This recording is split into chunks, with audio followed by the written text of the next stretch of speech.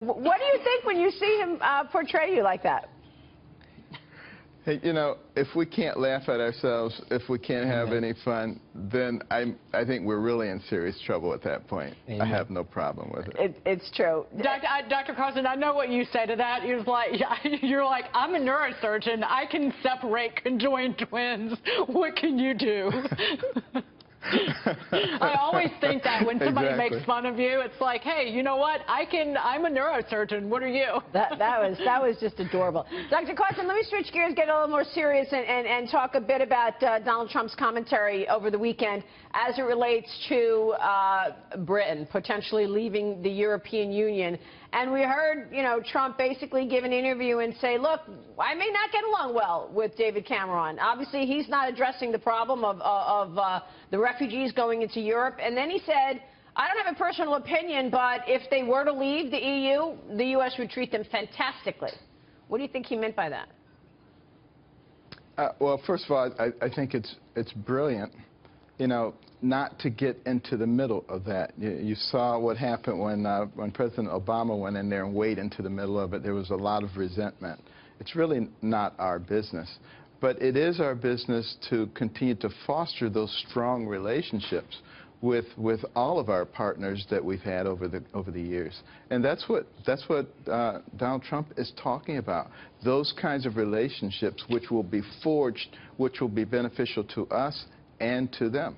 Well, it's not our business and it is our business, right? I mean, on the one hand, yeah, you don't want to get into domestic politics in the UK, but on the other hand, it could have implications on trade between the U.S. and the UK, right? Yeah, but that should be between us and them.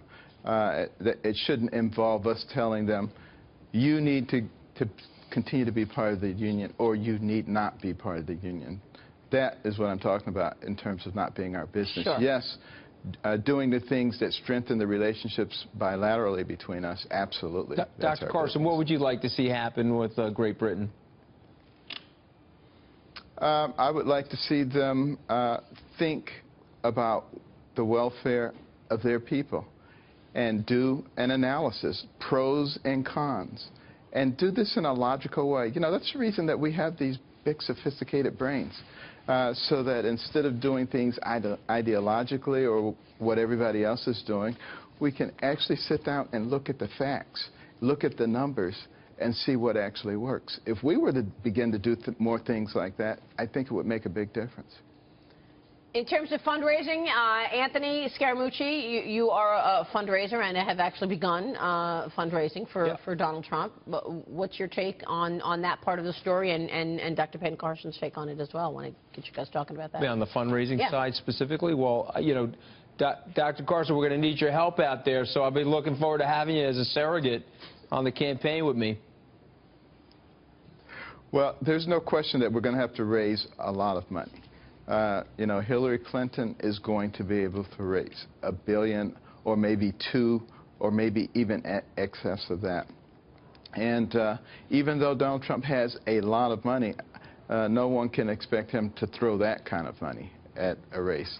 So all of us have to be able to think of this in terms of an investment. Yeah.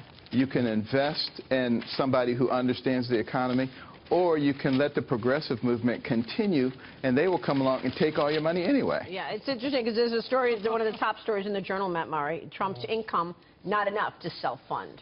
Yeah, we look closely at what we know from the public filings about his businesses and what he gets, and we're not challenging the net worth figure, but his cash flow wouldn't have allowed him to do it. I think beyond that, it's important to have a mechanism probably for him, for average voters and all the supporters out there to feel some ownership stake in the campaign. Bernie Sanders, we've seen, is successful with that. Every candidate has been. Trump really hasn't had that, so it isn't a good thing for him to have give voters a stake in his campaign, I think. Dr. Carson, good to have you on the program this morning, sir. Thanks so much. Always a pleasure. Thank you, We'll see you soon, sir. Dr. Ben Carson joining us there.